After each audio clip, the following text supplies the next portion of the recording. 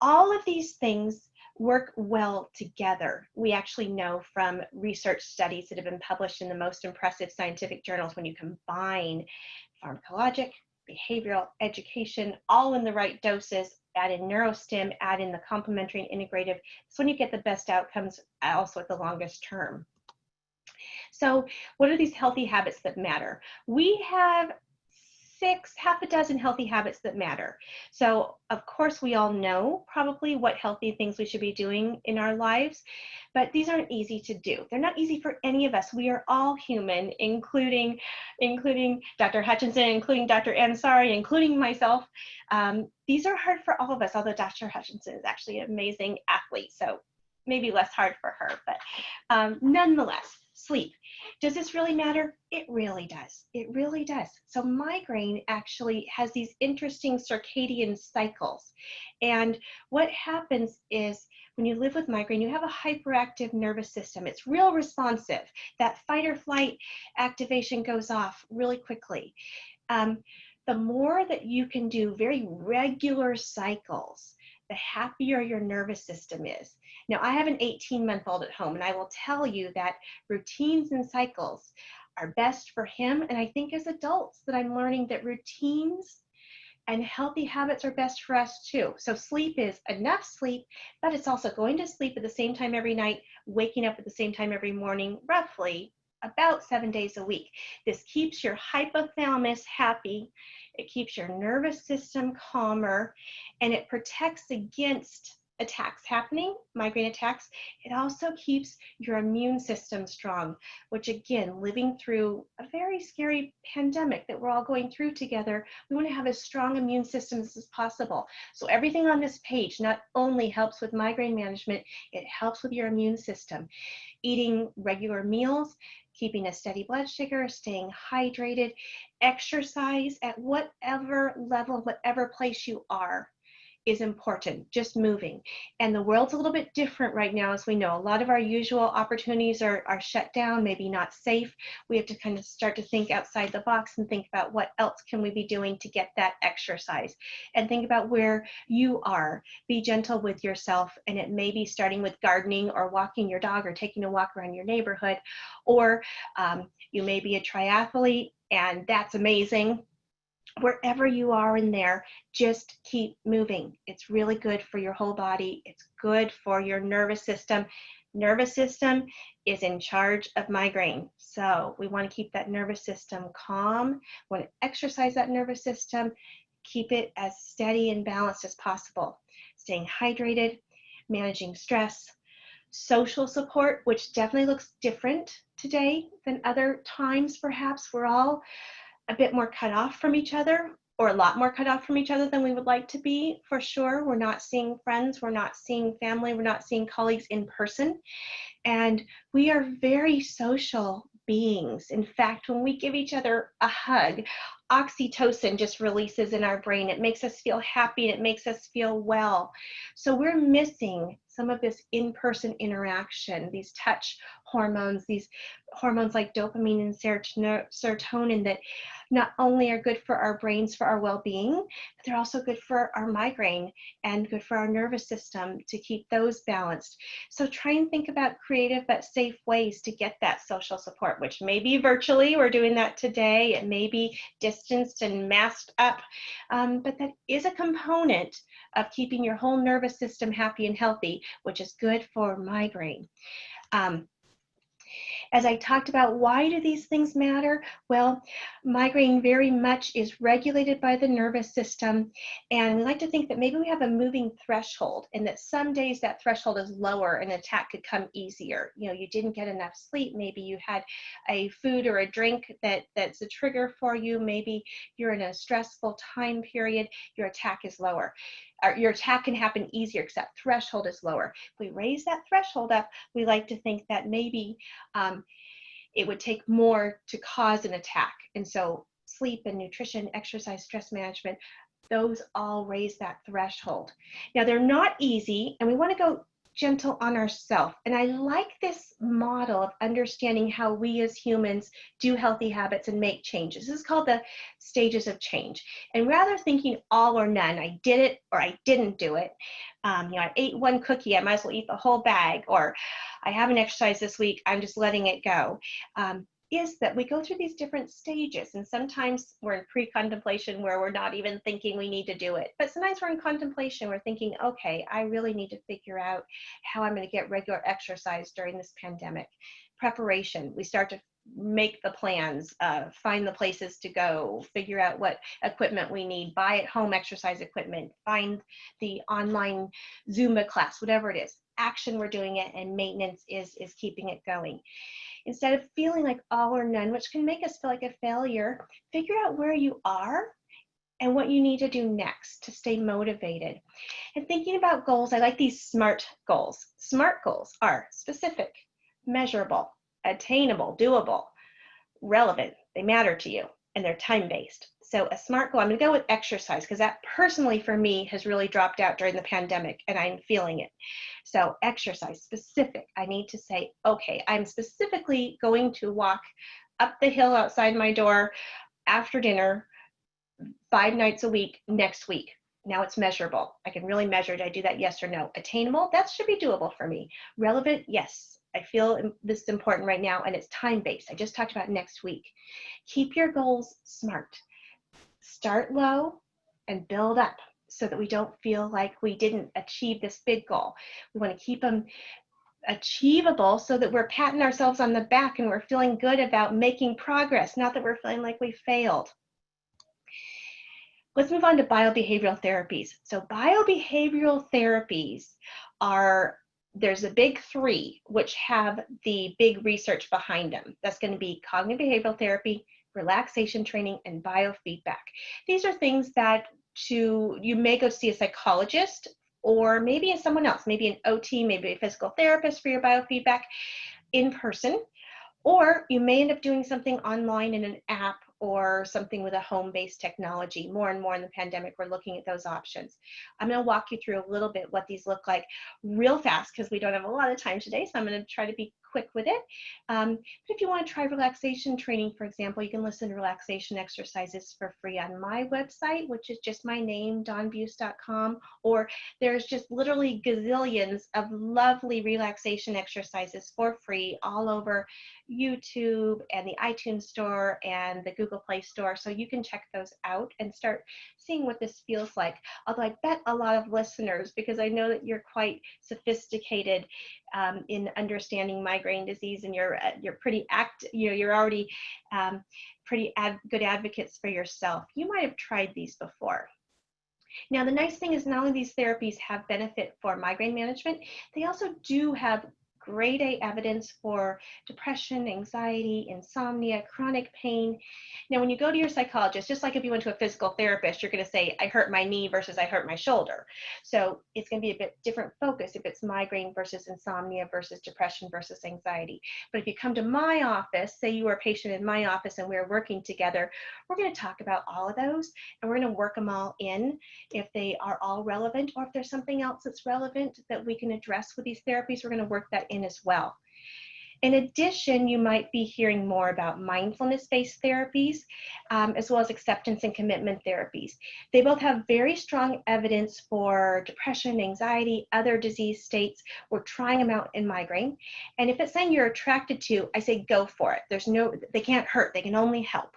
Even though they don't have the strong grade A evidence yet, they're still going to help you with stress management. They're still going to help you really learn about your body and your nervous system and getting in control of keeping that nervous system exercised and resilient and balanced. So the relaxation response is something that Herbert Benson, he was a cardiologist at Harvard Medical School in the 1970s, he said to his department, I want everyone to try transcendental meditation. And I got to hear him give a talk on this, and it was just great. He said he was just laughed out of the department. This was a time when cardiologists were doing open heart surgery and really important things like that, and he wants to do meditation. But that's where he got the idea of the type A personality. That's where we started learning that your thoughts can control your physiology. Your thoughts slow down or speed up your heart rate. Your thoughts change your blood flow throughout your body.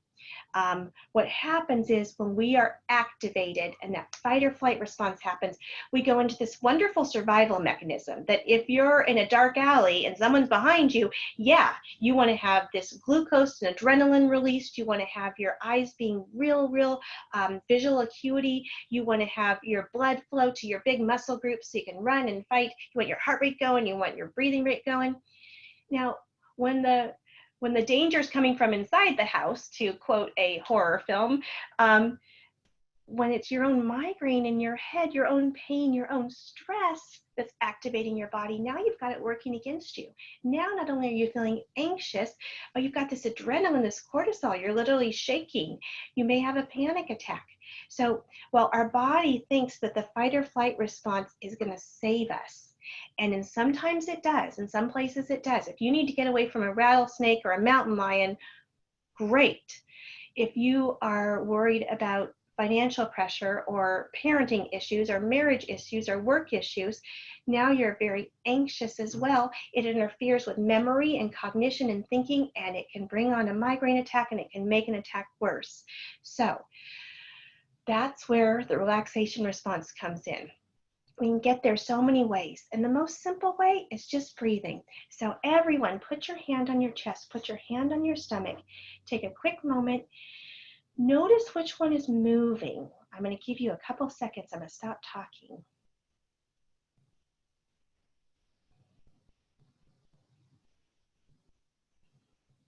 You know, again, I have a baby at home, and when you watch little babies or little children sleep, leave your hands where they are. You'll notice that when they're relaxed, their belly really rises when they inhale and falls when they exhale. Now that's our goal.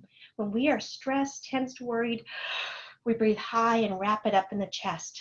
We want, as we breathe in, to expand our belly. As we breathe out, we want the belly to deflate. Let's take a couple breath cycles together. In through the nose, hold for a moment, and deflate.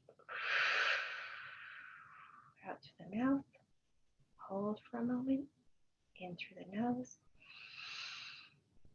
hold for a moment, out through the mouth, hold for a moment. Now it's so simple. It's part of us. It's been around and known for thousands of years, but this is the best way to start calming the nervous system, and this is exercise for the nervous system.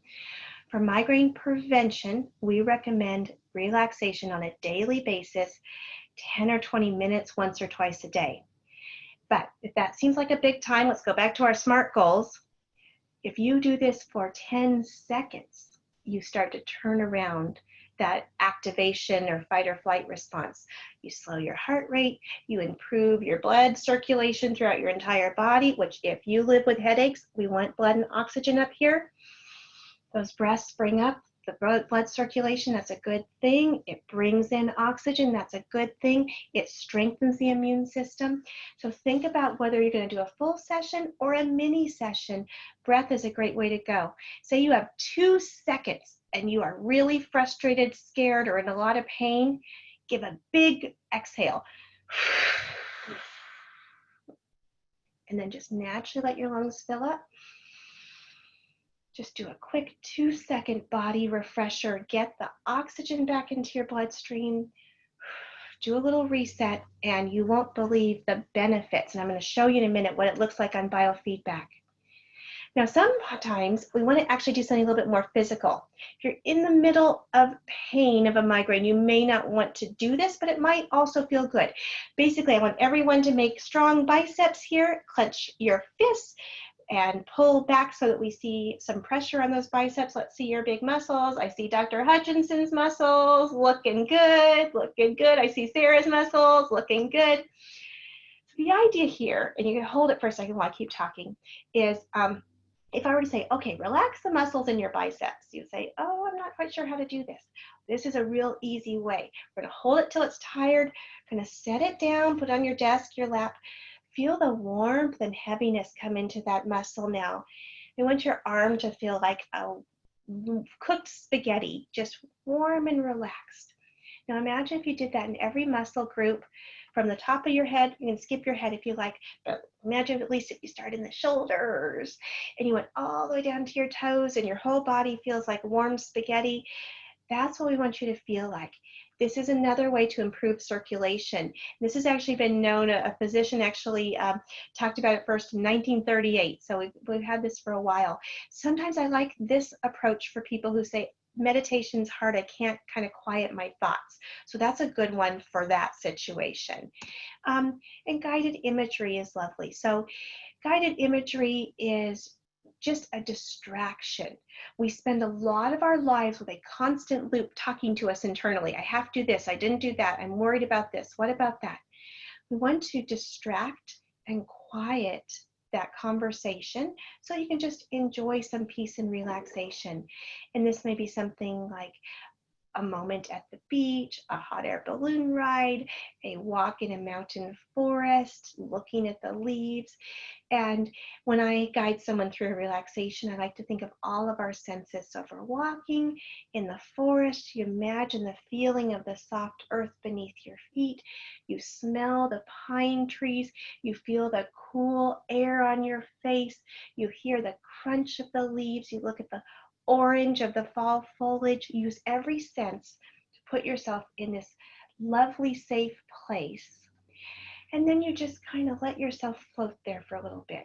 The idea is just to turn off all the activation. This can be something that you can try during an attack. Now that's a higher level and that's going to be harder, but say you have a medication that you want to take, say you've taken it, you're at home, say you've laid down, maybe you'd like to fall asleep, you got your water, you got whatever comfort measures you prefer.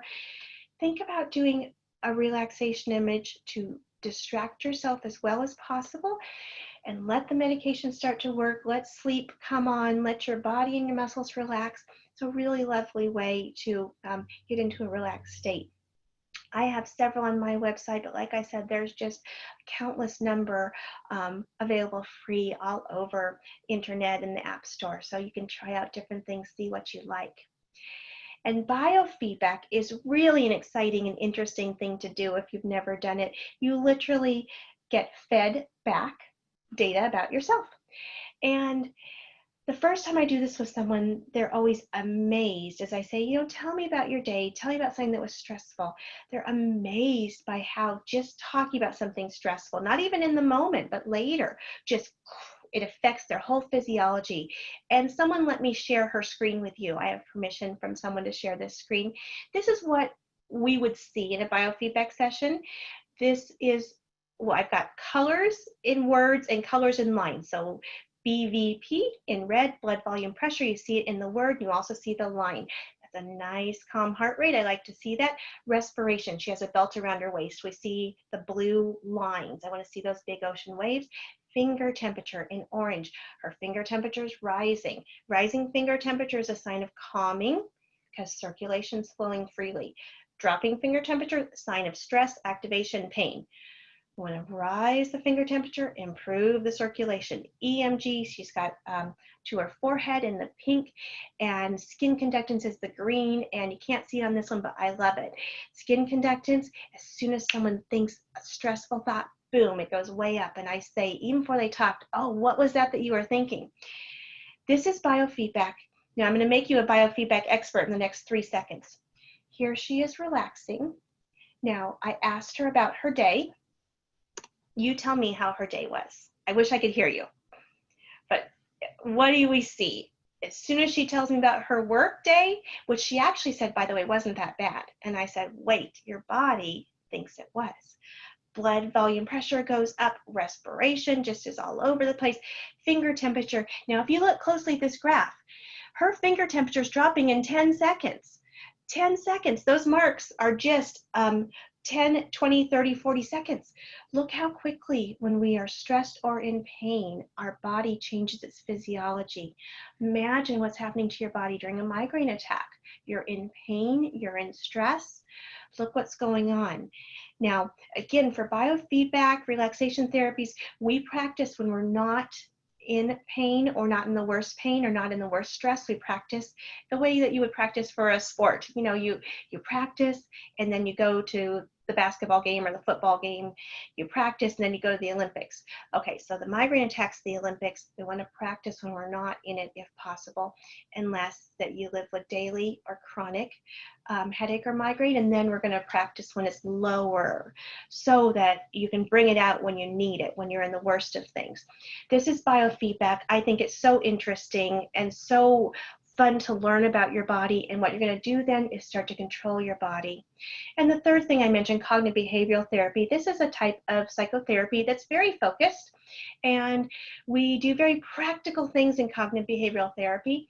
And so we do things like, well, this is the scientific formula for happiness. Happiness is reality over expectations. So you can change reality, raise your reality, improve your reality. You can lower your expectations. So I always like to tell my husband, the secret to our happy marriage is low expectations. So either you lower your expectations, you improve your reality, you do both. I think living with a chronic illness is a place where we have to adjust expectations. And that's not always an easy or comfortable thing to do. But adjusting those expectations helps us achieve levels of satisfaction and comfort and even happiness in life. So this is, of course, I'm only telling you this in a couple of seconds. A psychologist would really work with you to figure out how this works in your life. And all of these techniques, I think they give us a surfboard. So John Kabat-Zinn said, we can't stop the waves from coming, but we can learn how to surf. Anyone's life has challenges that constantly happen. Life with migraine or chronic pain or another severe headache condition, disease, throws waves at you all the time. And if you're just sitting there in the ocean with nothing to help you out, you just get slammed over and over. So all of these techniques and everything that all the experts have talked about today are surfboards. They really help us get on top of and in control of this disease, which often feels uncontrollable, unpredictable, and relentless. They start to give us surfboards. So that's ways I like to think about these therapies.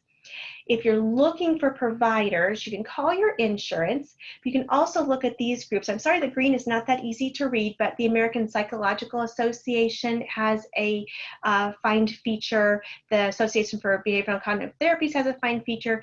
The Association for Applied Psychophysiology and Biofeedback has a find feature. And you can either take a picture of this screen or on my website, if you go under resources, these are all there and more. I've got lots more on there. How to find DBT, how to find a psychiatrist, how to find a headache expert, physician, NP or PA. So it's all there under dawnbuse.com under resources, and I'm always adding to it. But generally, these therapies are covered by insurance. You probably go anywhere between 8 to 12 sessions, maybe even 6 to 12 sessions.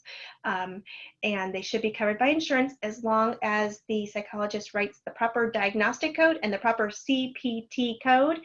And if you want to tell your psychologist, give them a quick reminder, it's a health and behavior code, not a psychotherapy code for headache, migraine, severe headaches, chronic pain. That's one way that it'll be coded correctly for the insurance coverage. In addition, there's an ever-expanding array of therapies now that can be done outside the office. There's some biofeedback products in development, including one I'm working on called Juva Health, one that exists called BioTrack Health Halo, one that some wonderful doctors in Norway have developed for pediatrics, and Kar Studdard and Matthias Lindy in Norway and Sweden have developed a biofeedback program for kiddos. So there's a lot of new ways, either now here or coming soon, that you can start to learn CBT, biofeedback, relaxation on your smartphone. If you have a smart watch, you already have health apps like breathing guidance on it and health tracking. So there's other ways nowadays to get more things, more treatments. I'm going to fly through the end so we can move on to our next speaker because we've got so many topics today, but a couple last pieces of advice for thriving and not just surviving with migraine. One, please get professional help when you need it. So if you feel like depression, anxiety, suicidal thoughts, PTSD, self-harm, substance abuse are beyond your control, or you'd like to get help with them, please know that we're all here and very happy to help. And there are easy, pretty fast therapies, 8 or 12 sessions that can really start to help. And when you combine, if you are using medication for depression, anxiety, adding a therapy just improves outcomes even more. So something to think about. But in general, please be gentle with yourself. I find in talking with people living with migraine and other chronic pain conditions that they're pretty rough on themselves. They feel very guilty for all that they are not doing or not able to do, and they worry about how they're impacting others. And you found this wonderful community.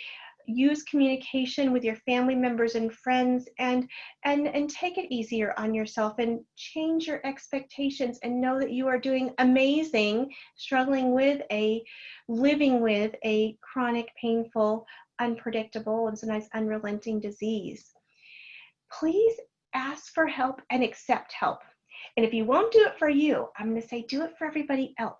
Everyone who cares about you wants to help, and you will actually make them feel better if you say yes to your friend or your mom or your sister or your neighbor or your coworker. Sure, that would be helpful if you could X, Y, or Z.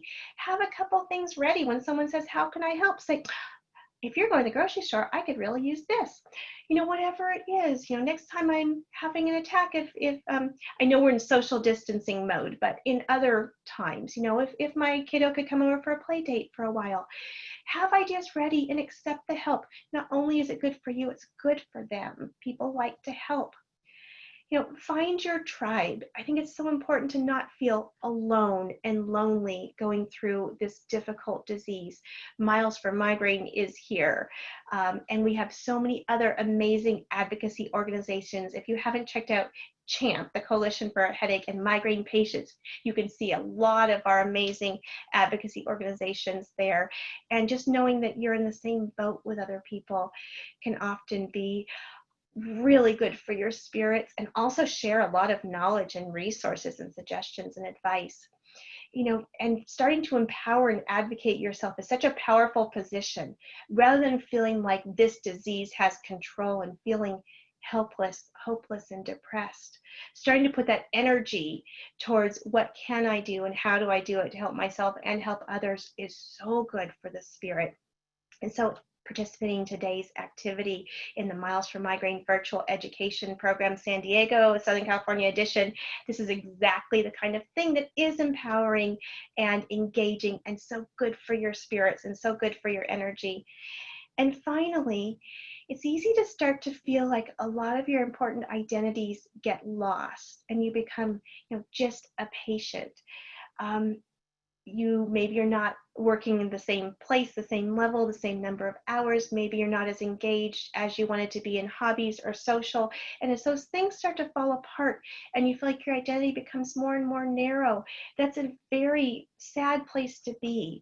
So remember that you are more than this disease. This disease does not define you. Yes, it's part of you, but there's so much more that you have to give in the world, and so much more that you're already doing by yourself just by engaging in this education session. That remember, you are so much more, and there's so much more that you can do and that you can give and that you bring to the world. So with that, I want to thank you for your time and attention. And I know I've heard we have lots and lots of questions coming in. So here's my website and my Twitter handle if you want more information about anything. And I wish you wellness during this really difficult time in the world, especially for people living with migraine and other chronic diseases. So let me pass you back to the Q&A session. Thanks, Dawn. That